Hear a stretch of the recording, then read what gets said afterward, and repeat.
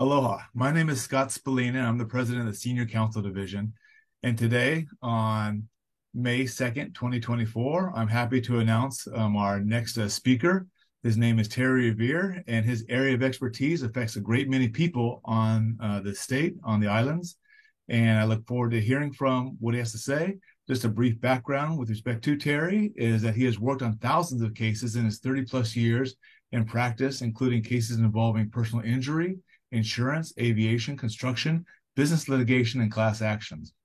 He, however, specializes in condominium and community association law, representing both associations and homeowners, especially in the areas of construction defects, development issues, neighbor versus neighbor, and owner versus board disputes. He has practiced before all courts in Hawaii and has been called to consult in cases in several states and including the United Kingdom. Terry, thank you for giving us your time today, and we look forward to hearing from you. Thank you. Thank you. Thank you, Scott. Thank you for inviting me. When Scott first invited me to this, I thought everyone's first two reactions might be, so what and who cares? So that's the first two topics that I'll be talking about. And just want to do my quick overview screen here. So uh, I do a lot of condominium litigation. I know that these cases drive a lot of people crazy, including judges. And so I do want to talk about the so what and who cares aspects of this, which is usually the reaction you get when you tell someone you're a condominium lawyer. And I Mark Davis invited me to teach a class at UH once, and that was definitely the reaction of the students, that they were not enthralled with condominiums or community associations. So I want to talk a little bit about what these things are, who should care about them and why, the pecking order of the documents, some pukas and pilikia, holes and problems with condominiums and community associations.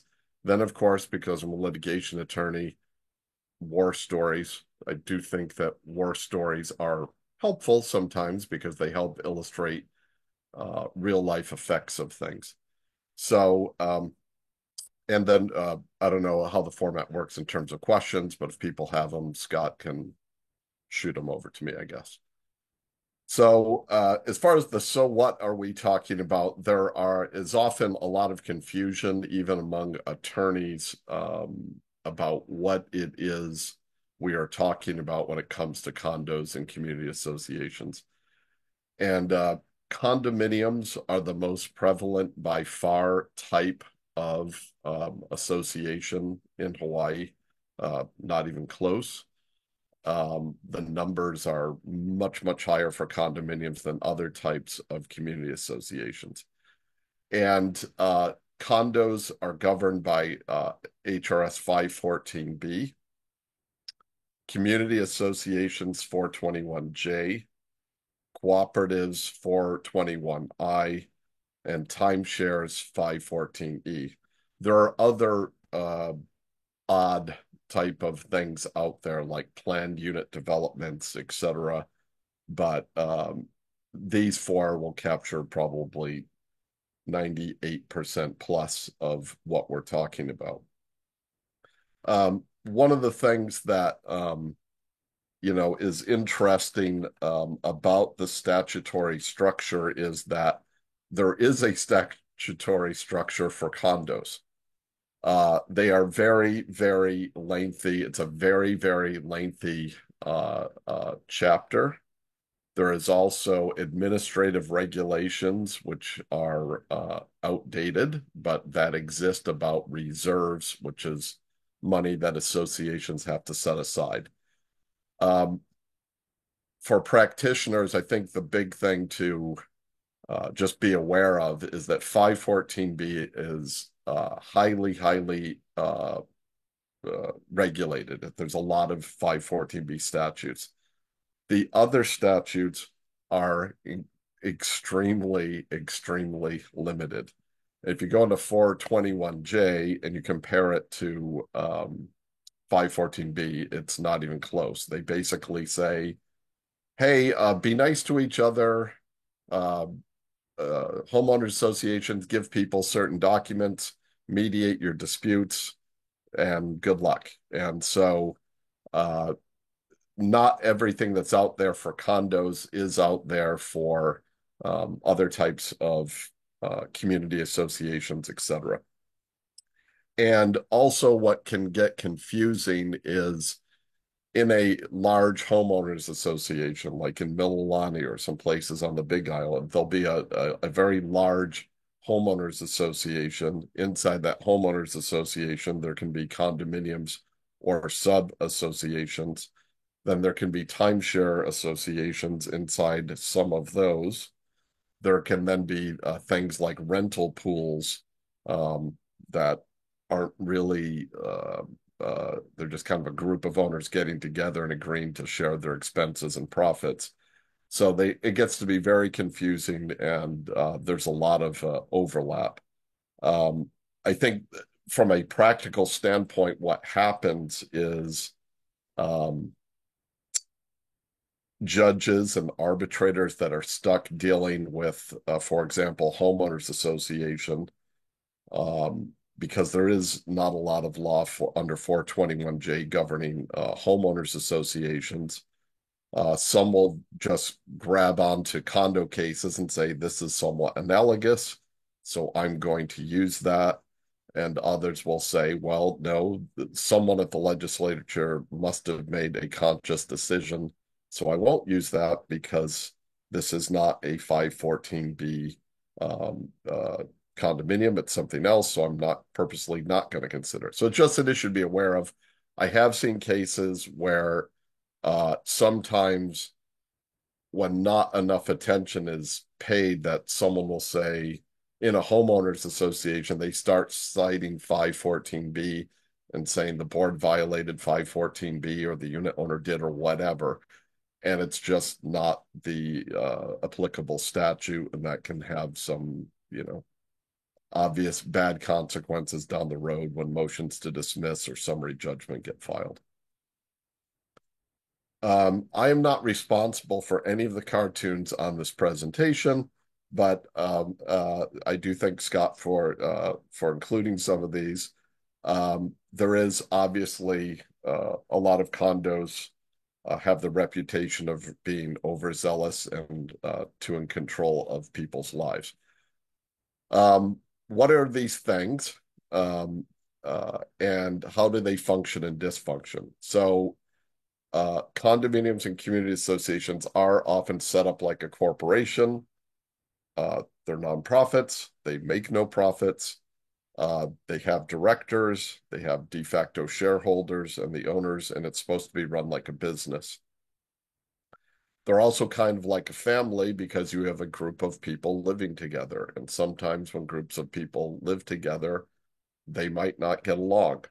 Our population is aging. There's a lot of people that age in place where they should be in a retirement community or home. They are there. It's very sad. They're often abandoned by their family, or they just don't have any family.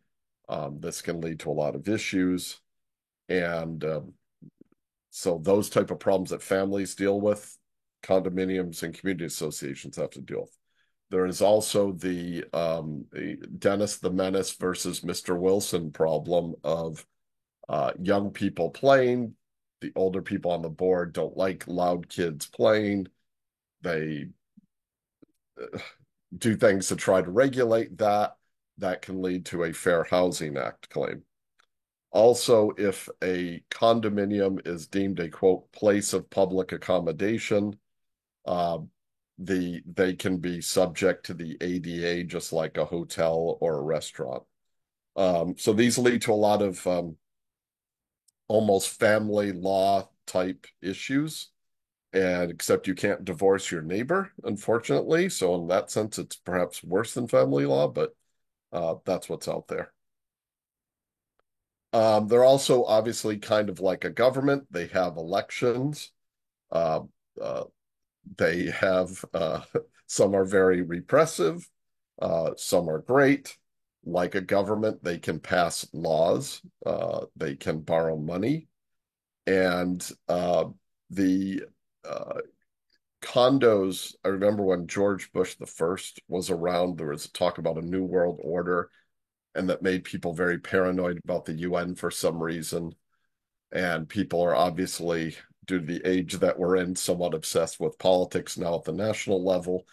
Um, uh, and people pay attention to state elections, a little bit less to city elections, not at all to condominiums, which have a far, far greater impact on the day-to-day existence of people. Like the UN and the federal government are not going to tell you to turn down your stereo or fine you for parking on the line or saying when you have to leave the pool, etc.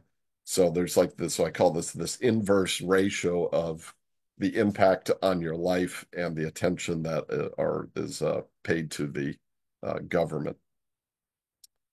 Um, and anything that can go wrong with a government, a family, a business, a city, take the metaphor that you wish, can and often does go wrong. This is again another cartoon that Mr. Spolina is responsible for, not me. But again, the reputation is not great of condos and community associations. Okay, so the who cares? We all should for the following reason, which is just kind of numeric based. Um, the value of real property in condos and community associations has been estimated to be worth over $100 billion. And we are a small island state. We are actually the first state. Hawaii doesn't lead the pack in a lot of areas, but it definitely did in terms of a condominium law. We were the first state to have a condominium law. We desperately need efficient housing, especially on Oahu, but statewide. And there are, this varies, but the best estimate is that there's 155,000 condominium units out of our total housing supply of 565,000 total housing units. And there's a publication and there's a link to it below called The Expert's Guide to the Recodified Condominium Law. And the authors of that note that more than 31% of Hawaii's housing are held in condominium ownership. And we've got more people living in condos than any other state. So obviously it's very important for Hawaii's people.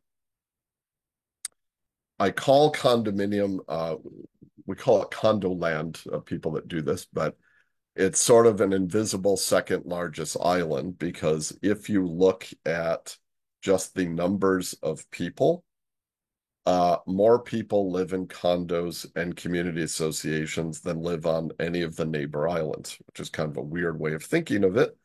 But I'm a weird person, but it's factually true. So I do get a lot of grief for having a lot of condo cases, for bringing a lot of condo cases, but when you have a population that is larger than Hawaii Island, larger than Maui, larger than Kauai, there naturally is going to be disputes. And so it's a very important concept for Hawaii. Um, the and it's not going to get go away anytime soon. If you're a developer, uh, almost without exception, everything is being put into some form of condominium or community association. And when that happens, that causes a lot of good, but it can cause a lot of bad as well. And this has happened in the mainland where places like Orange County, California, and pretty much all of anything built in Arizona, uh, there becomes a sort of inside the castle and outside the castle mentality where if you're in a condominium or community association and you're paying for services that in the past would be supplied by a city, uh, the owners inside the castle want lower taxes and start lobbying and voting that way, and it has some real political influence. People outside of gated communities or secure buildings get resentful of the usually wealthier people behind that. Also, condos and community associations are major, major, major players and economic drivers for contractors, developers, landscapers, and property managers. Another Spalina cartoon. I don't necessarily subscribe to the humor in all these cartoons, but they kind of can reflect reality with some associations. What's the pecking order that governs these things? There are some federal statutes that do impact condominiums and community associations, most especially the Fair Housing Act and sometimes the ADA. Some people have taken the position that the ADA should never apply to condominiums and community associations because they are not in and of themselves a place of public accommodation. So a restaurant, the argument would go, might have to comply with the ADA, but not the condominium common elements themselves. To put it mildly, ADA practitioners feel differently about that. So there are some federal statutes that can impact and would obviously be the top dog in terms of pecking orders that control these. State statutes and state case law would come next, like 514B for condos and 421J for community associations. The Declaration is like the mini Constitution. That is the document that a developer files and says, I hereby am making a condo on this piece of land. It creates the community and sets out, who owns what in that community.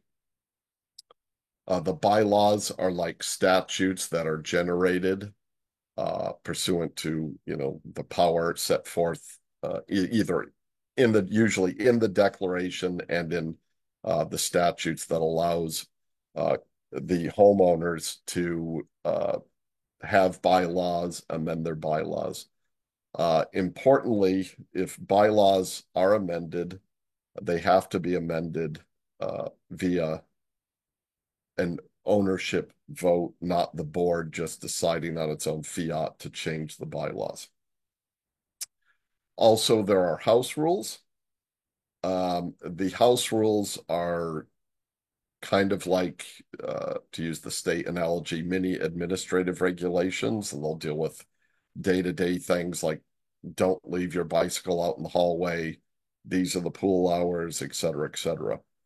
What boards will sometimes try to do, for good or ill, they will pass house rules that contradict what the bylaws say, and you basically can't do anything that contradicts, other documents in the pecking order. So you can't opt out of, what the Declaration says via house rules, which are passed by boards. They're supposed to send them out for review and approval by the owners, but the boards can change the house rules, but they can't contradict superior documents.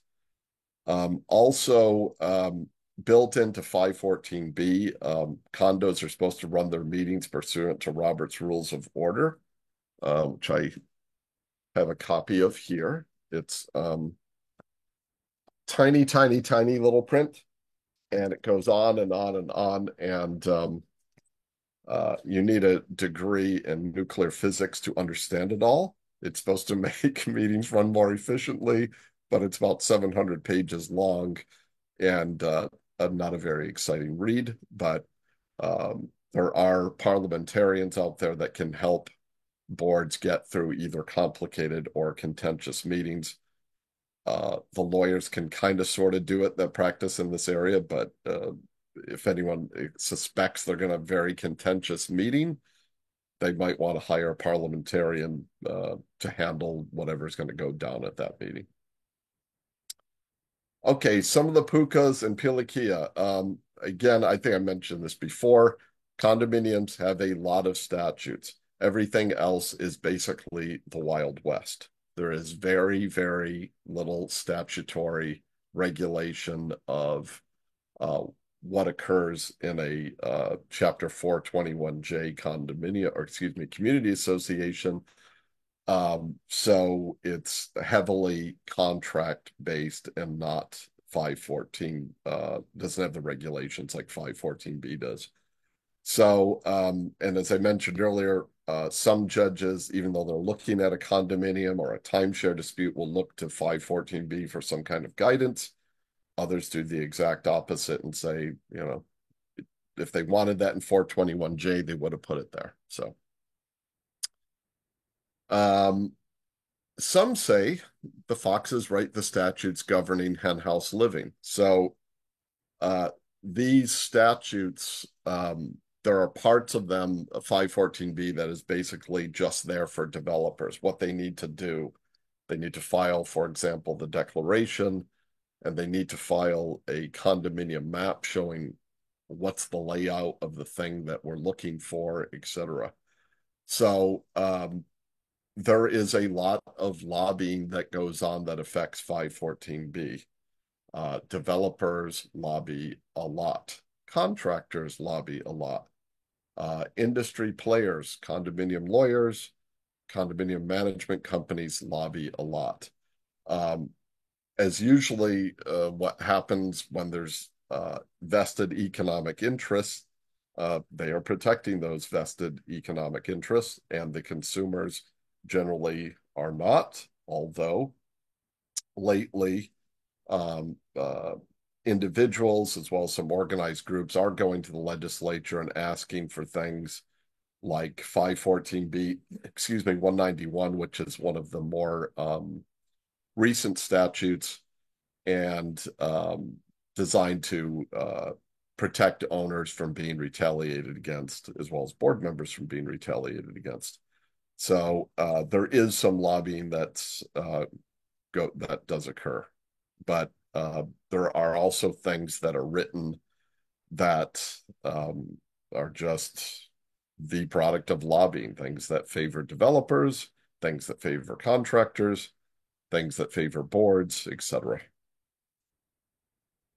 Um, the uh, the main argument the industry when things happen at the legislature, the main argument that the industry, and by the industry I mean basically condominium management companies and condominium attorneys, will argue is that these are little democracies. They don't need to be regulated by the state. The state should butt out. And if people don't like it, they can just vote the board out of office. That is a great theory. That theory sometimes is problematic. There's another Spalina cartoon, which is pretty funny. The one of another major problem is executive session and email meeting abuse. Boards are supposed to conduct, because they are supposed to be little democracies. For the most part, boards are supposed to discuss most business in an open session that allows owners to participate. They are allowed to go in executive session, and what that means is the homeowners get booted from the meeting, which is now usually a Zoom meeting like this, and the board meets in private. And they can do that for limited purposes to discuss personnel. Are we going to fire Johnny, the security guard, etc.? Contracts, which bid should we go with for the painting job, things like that. Litigation, Terry Revere is darkening our door again and is about to sue us for something, or potential litigation and attorney-client communications. And the statute that talks about that is 514B 125. One of the problems is if it's a democracy, the version of the congressional record is supposed to be board meeting minutes. And when boards go into executive session, they either, one, don't keep any minutes at all of what they're discussing, or if they do keep minutes, the executive session minutes are not given to the owners. So you'll have situations where the board, via training from the lawyer, says, oh, we're going into executive session. We're going to discuss a contract pending litigation. And as we all know, pending litigation could be pretty much anything in life. And they just say, oh, pending litigation. And then they go in there and they talk about whatever they want to, including business that should be talked about in an open session. And it can be problematic because sometimes boards will make a terrible decision. And then the owners want to know, well, who voted for X? And there's no accountability. I had a case where I asked board members, hey, it was a very egregious situation on Molokai, and said, hey, who voted to bring this case against my client? And one woman on the board said, it wasn't me. I voted against the majority. Don't sue me. And I didn't. And then it turns out through discovery 2 years later, it turns out she just lied to me. She did. And, then it was too late to do anything about it. So in any event, the other thing that occurs quite often, and it's somewhat more understandable, especially during the pandemic, is owners are basically de facto meeting via email, which is not legal either and is problematic because homeowners are supposed to be allowed to meaningfully participate in board meetings. And if board members are just emailing each other, making decisions that way, homeowners don't get that right. So here's another problem. This is a poem I wrote this morning, Ode to a Condo Collection Lawyer, which you can read for yourself. I'm not going to recite it because it's too embarrassing. But a problem, a major, major, major problem, I believe, but I don't do collections work, so I might be biased, is the fact that if you represent a banker or a butcher or a baker or a candlestick maker or whoever on a breach of contract type situation, under Hawaii's Assumpsit statute, if your attorney's fees are limited to 25% of the amount in controversy. A massive problem with condos and community associations is the lack of a similar cap. That lack of a cap on attorney's fees was lobbied for, spoiler alert, condominium and community association attorneys who didn't want to have a 25% cap. And that leads to massive, massive problems. Call it a game of chicken or a death match or whatever you want to.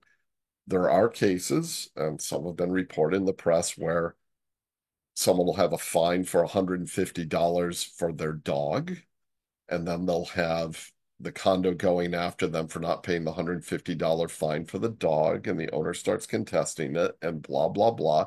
And then soon it's $5,000 or $10,000 or $15,000 trying to collect the $150 fee for having the dog off the leash or whatever the underlying problem is. If condos and community associations and their lawyers lived with the same 25% cap that applies to every other contractual collection thing, I personally think there would be a lot less problems. And I've heard all the arguments about why the poor homeowners shouldn't have to suffer and eat these legal fees. I agree with that as well, but we all know many, many very efficient collection attorneys. They're in small claims court and district court all the time. They can collect small debts very efficiently. Condos and community associations, in my view, ought to be forced to do the same thing and not be rewarded by a system that just says, oh yeah, you get to charge 5, 10, or 100 or 1,000 times the amount in controversy. It just sets up things for these things that eventually make the paper. Executive session dangers. We already talked about this. The owners won't have a clue as to what's going on in executive sessions, and those are often the most important place where decisions are made. Some of those decisions should be made in an open session. Executive session remedies. I believe it would be fairer for all concerned to be specific about what the board is going into executive session to talk about. So it shouldn't be a contract. It should be, we're looking at the contracting company with paint company X. Uh, and I do believe executive session minutes should be kept. They can be kept secret. They can be kept with the lawyers, but they should be kept. But they are not statutorily required, or at least that's the big argument that is made. So it quite often doesn't happen. Also, practitioners should tell their clients, and I know many do, that you can't really meet via email. So stop doing it. Don't make decisions in emails. You got to at least hear input from the owners at the meeting if they choose to participate. Not so secret ballot. One of the hallmarks of functioning democracies is those in power are not supposed to know how you are voting. Unfortunately, that does not happen. So certain actions like ballot measures, like the board wants to change the bylaws or the declaration or approve a loan or whatever, those are tracked by the management company, sometimes by the board secretary, but usually the management company. And then those desiring the change often track the votes. They'll know, okay, Mrs. Jones voted one way, Mr. Ozaki voted another way. Let's go get someone to lobby Ozaki to change his vote. And that happens. And that is not fair, I believe, because it should be, a private vote and a private decision. And so when one faction is in power, it's a association election, or as I said, a change to the bylaws. It ought to be neutral, because even if board members are not lobbying people to change the vote to vote the right way, they can target the people that haven't voted yet, and that's information their opponents never get, because the management company's never going to give it to the rebel alliance. They're only going to give it to the majority that's in there, keeping them as the management company. So that's, I think, another real problem, is that the ballots are not always secret. Reserves. So what, as I mentioned briefly at the beginning, reserves are, and here Hawaii is way ahead of the curve, frankly, compared to many states. Hawaii has a detailed reserves law that requires the associations to set aside money for a rainy day, for things that they know are going to wear out. So, for example, typically the board will hire an outside reserve company, which is someone that usually knows something about construction, and they'll come in, evaluate your building, and say, hey, your driveway looks great. You just paved it last year. Your roof looks terrible. It's leaking already. It's got a useful life of 0 years or 5 years or whatever. And then you should be setting aside money to take care of things when they are due, because what you're trying to avoid is special assessments, which come out of the blue. I had a published case that'll go nameless, where they had very, very significant ground settlement problems. I tell the board president, pass on the expert reports, like, hey, you got a big problem here. And then I'm waiting for him to tell me something, and I'm waiting and waiting, and then I contact the management company, and the management company is like, oh, we'll call him Charlie. Charlie sold. I'm like, what do you mean he sold? He saw this expert report and he sold. Yeah, he sold without disclosing the very serious ground settlement problems. And of course, there was a lawsuit from the new owner, because there was a massive special assessment that occurred, because things like ground settlement are not something that's normally even thought about or captured under reserves. but boards will try. Setting aside money for a rainy day is not always politically popular. So boards will sometimes try to fudge the numbers to keep on kicking things down the road. And again, going to non-condominiums, there is no statutory requirement for most other types of organizations that are out there to set aside money for reserves at all. So you can have a community association that has a pool. Their governing documents may or may not require that the association set aside money for reserves. That's just something the legislature has not, addressed, thought about, whatever. Again, those statutes are very razor thin. So this cartoon I thought was cute about special assessments. Um, Moving along. Another problem. I have no idea why this is the case, but there's this thing, I just call it weird sexism. And I'm not the type of person that is super woke, I guess. I'm not looking for sexist behavior. But if you want to find some of it, you should do condo law for a while. This is from what I would consider relatively mild, like male board members constantly mansplaining things to female board members and owners, to a lot of sexual harassment. Uh, and I don't know why it is so prevalent in condos. I have theories, but I'm not a psychiatrist or a psychologist, but someone might want to look into this issue. And I have seen things like, I can't use all the language, I guess, that was actually said, but one of my clients wrote on the community bulletin board, oh, a lot of people have asked where we got our new brass blinds. We got them at XYZ shop on Sand Island.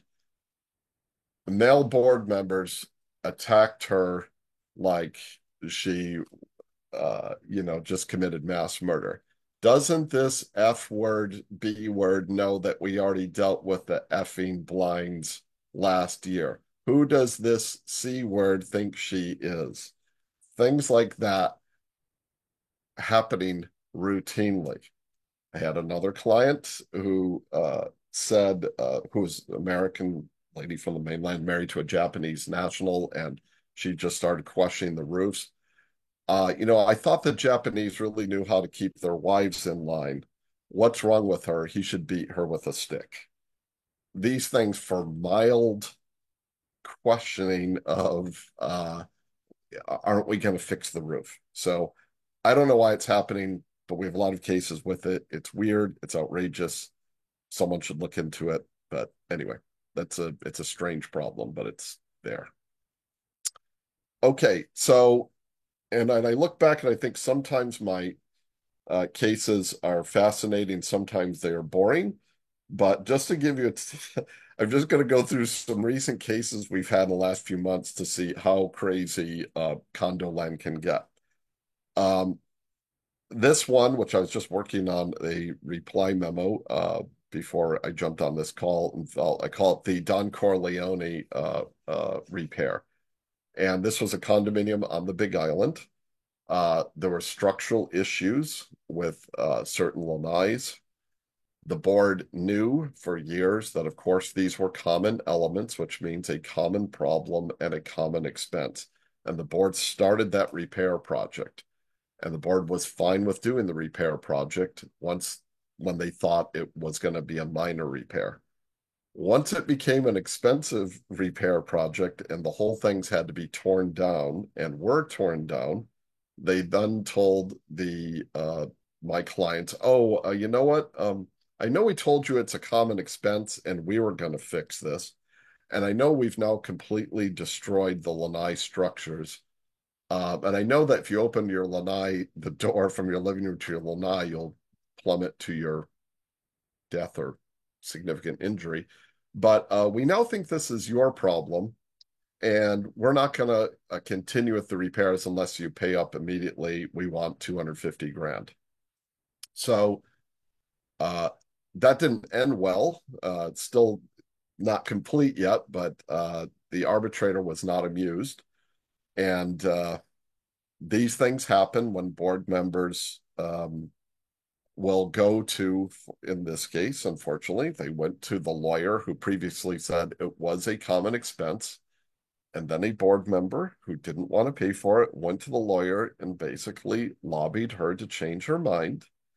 And she wrote an opinion that said, "Oh, yeah, it's a limited common expense, not the common expense that I told you it was 2 months ago."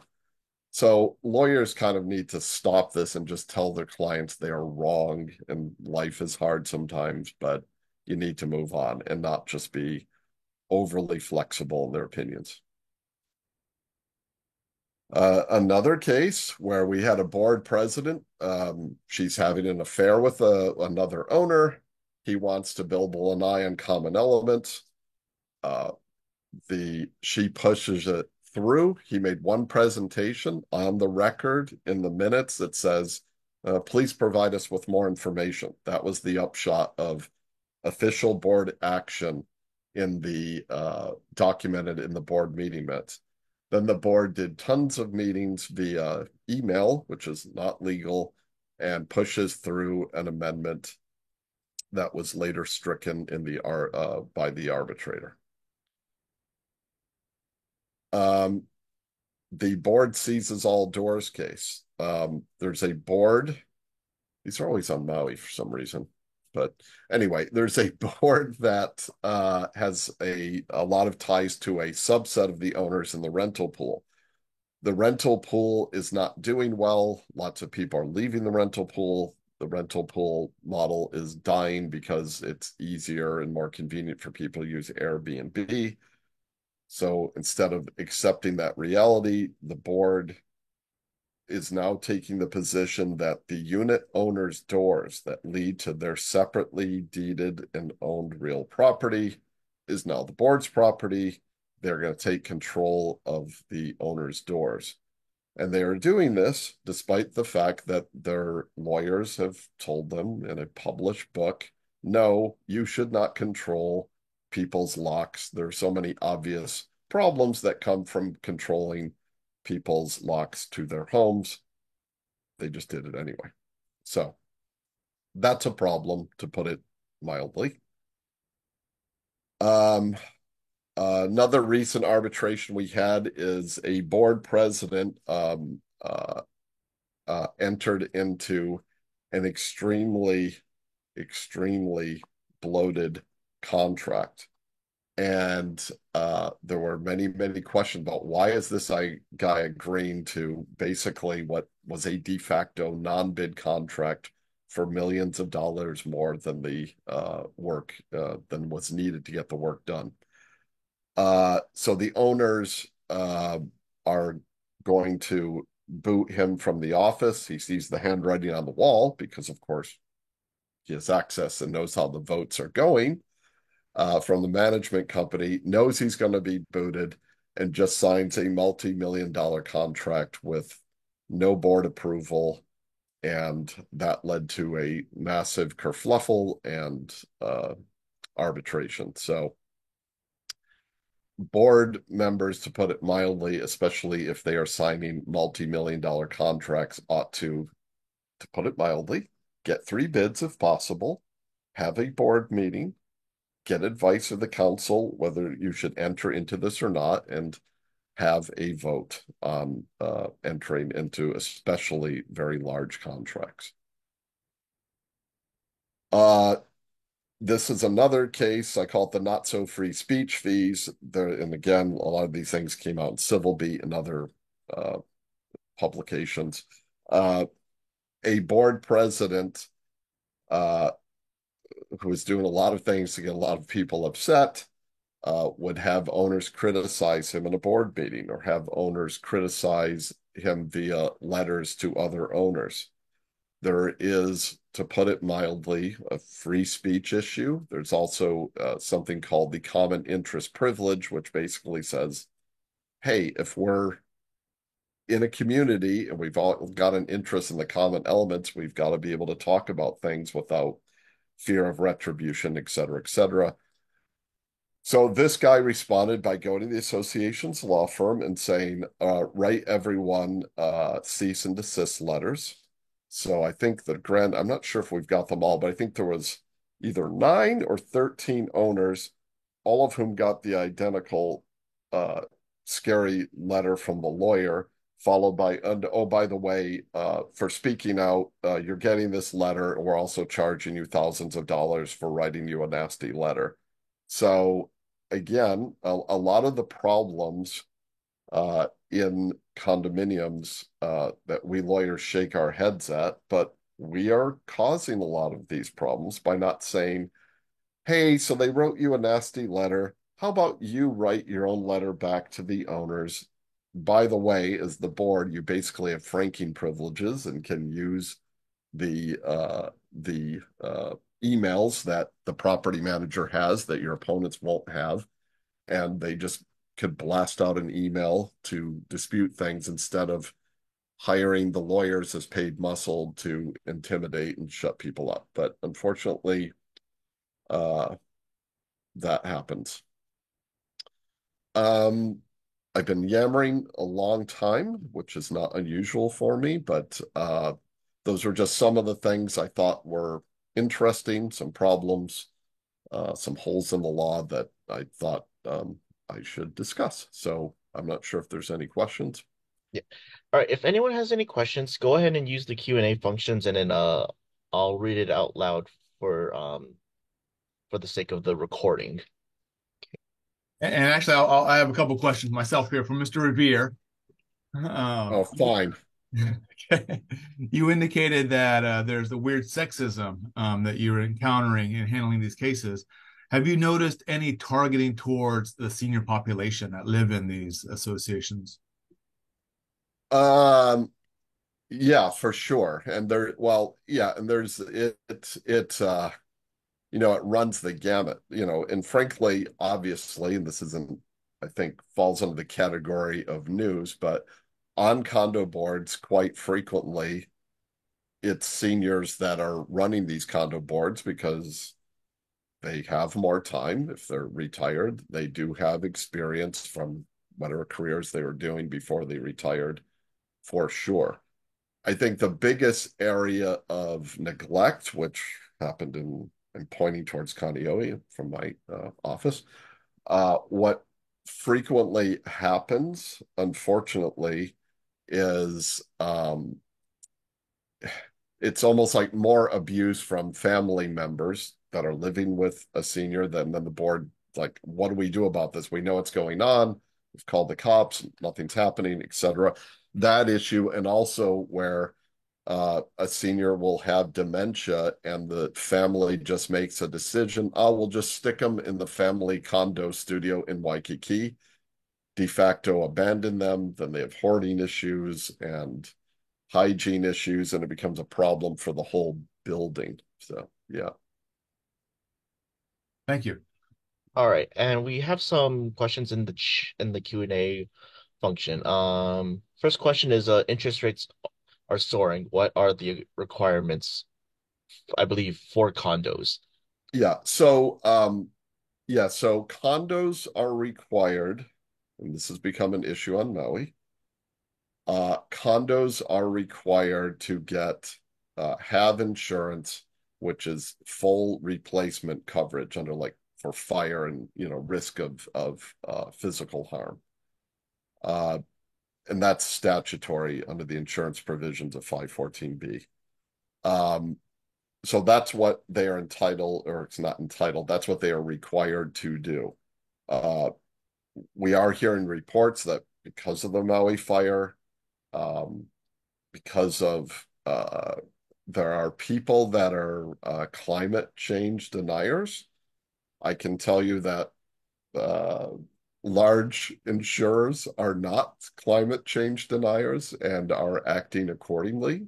Large insurers made a decision like 5 or 10 years ago that if you're a wooden structure in Hawaii, we are not going to insure you, full stop, because they see the strong possibility of hurricanes, taking them out. So, um, Okay, I see something here that says anonymous attendee. yeah. So yeah, they're wondering if they could get a copy of your one. Yeah, this person's asking if they want to get a copy of your slides. I would like the person to confess if they are an opposing counsel in one of our cases or not. But generally, yeah, I don't care. It's Actually, fine. just FYI, this is being recorded. It will be uploaded on YouTube. So in several weeks, they can just Google your name or Google Senior Council Division Coffee Talk, and Terry's presentation will be available. Just FYI, Terry, there's a lot of questions coming in. We have less than 10 minutes, so we're going to go ahead and ask for brevity in some of your answers, which I know will be difficult for you. This is again Rodney Dangerfield syndrome. Okay, Yeah. so So yeah, next question would be like, does the county have any oversight on condo and association laws? um, the um, oversight, um, it depends. I mean, there are certain things that they are certainly most definitely involved in the development process. So, there are public reports the developers file. The county gets those public reports so they see what's coming. They approve building plans, et cetera, et cetera. But does the county get involved in like helping run condos at all? No. Um, uh, the Supreme Court, uh, yeah, I don't want to comment on specific Supreme Court cases. Um, what can a homeowner do in a condo association? The board refuses to operate board of directors meetings under Robert's rules of, it says evidence, I think means order, is you have to point that out. You can write it, in a letter, bring it up during the board meeting that says, hey, under Roberts, we're supposed to allow owner participation, et cetera, is just document it. If they still keep on doing it, you can request mediation under HRS 514B 161. Okay. And then I think you missed there's a question before that. Uh the question is do you have any advice for no pet condos dealing with a flood of pet owners abusing emotional support and service animal privileges? I think this question might have come from my mother-in-law, but who's dealing with that issue in Waikiki. Um, yes, I have suggested before because there are no pet buildings. We all know that the law has gotten, or people are just kind of giving up and saying, well, forget it. Everyone just gets a doctor's note, this, that, and the other. But what I've suggested to boards in the past, if you want to deal with a problem involving pets or hookers or drug dealers, it is worth your while to have a security guard there one day because the pets normally have to go out and use the restroom, is to have off-duty HPD there with your security guard and just simply ask people, hey, we're trying to control pets in the building. Um, can you please let me know what unit you're in, et cetera, et cetera. And then some renters might flip you the bird, but you can peacefully, respectfully follow them up to their unit, write their landlord and say, hey, this pet isn't registered. There's been no request for any type of accommodation, et cetera. So things like that. It's usually just physically finding out who these people are that you need to have someone there and commit to doing something about it. Sorry, I know that wasn't brief enough probably for Mr. Spallina, but um, yeah, so this issue about email, this is another thing that is totally unfair. So what happened with 514B, it was written, its predecessors were written, and then 514B just stuck with some of the language that says basically, hey, association, if an owner wants an owner's list, you've got to give the owner the list, basically the physical addresses of the owners because email didn't exist. So when a rebel wants to replace the board or whatever, right, for whatever reason, boards can make them jump through a hoop, fill out an affidavit, and then give them a physical address for owners, which then means the owners then got to commit to writing 200 people via snail mail, etc.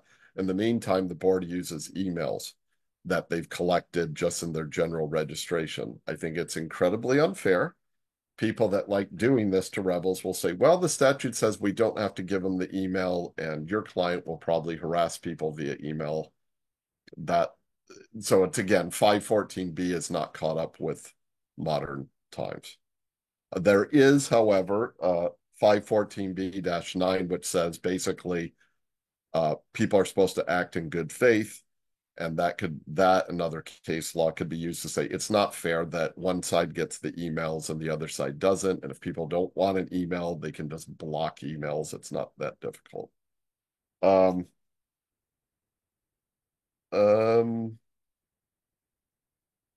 yeah, this reserve repair, I'm not aware of any um, uh, thing that would allow, smaller units to exempt them. Maui condo insurance rates are up to 800, 900%. How can this be fixed? That's probably a better question for the insurance commissioner than me. I would just think more competition, but it's a real problem. It's just a very, very difficult problem, especially with wooden condominiums. And then, Email yeah, decisions only. Yeah, again, they can't do it. I understand concerns about privacy, but if you're at a huge concern about privacy, you might not want to be in a condominium. okay. And then, yeah, um, let's see here. We have about 1 minute on according to my phone, so maybe this might be the last one. Before answering this question, do you have like maybe a email that maybe people could reach out to you to ask you these questions that we were Sure. unable to answer? Sure. My email is terry@revereandassociates.com. I will state that I've got a trial next week and then an arbitration after that, so I might not get to things right away. We also have a client intake form on there that questions get to me that way as well. So sorry about what will likely be a tardy response to any questions, but I will try to get to everybody. Terry, thank you for your time. Thank you for your answers. I can honestly say that the number of questions asked is probably more questions that we've had asked than the previous 6 presenters combined. So it's not a so what and who cares situation like I thought it was That's going to right be. there. Obviously, you've generated a lot of questions to our audience. And again, and more questions are coming up even as we speak here. So good luck in your trial next week. And then when you get back, I'm sure you'll have a flood of emails because now you're the guru of this whole condo thing.